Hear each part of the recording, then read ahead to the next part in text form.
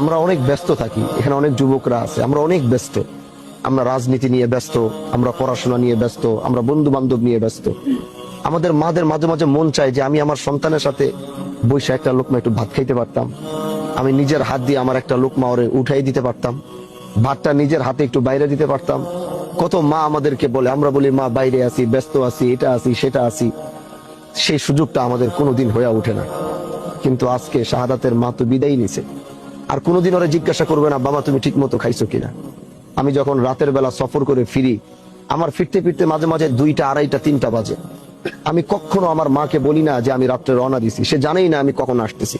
কারণ আমি দেখছি যেদিন আমি তারে জানাইছি, সেদিন যে জানতে পারে যে আমি বাড়িতে ফিরবো, দরজাটা ধাক্কা দেওয়ার সাথে সাথে দেখি সেই রাত্রে 3:30 বাজে উনি দরজাটা খুলে দাঁড়ায় গেছে। ঘরের ভিতরে ঢুকে দেখি জায়নামাজ বিছানো। তার মানে আমি আসা না পর্যন্ত উনি জায়নামাজে আল্লাহর কাছে শুধু একটা দোয়াই করে, আল্লাহ আমার সন্তানটাকে সহি সালামতে একটু বাড়িতে পৌঁছে দাও। এটার নামই হচ্ছে মা।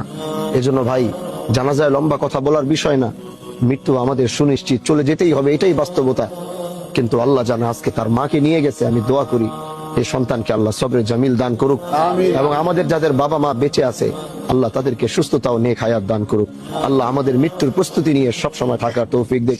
আমি চাই নামাজটা সন্তান পড়াবে, কারণ জানাজার নিয়ম হচ্ছে যদি সন্তান জানাজা পড়াইতে পারে তাহলে তার অধিকার বেশি। কারণ ও যখন মায়ের জানাজায় দাঁড়ায়া প্রথমে আল্লাহু আকবার বলবে, আল্লাহর আরশটা কাইপা যাবে।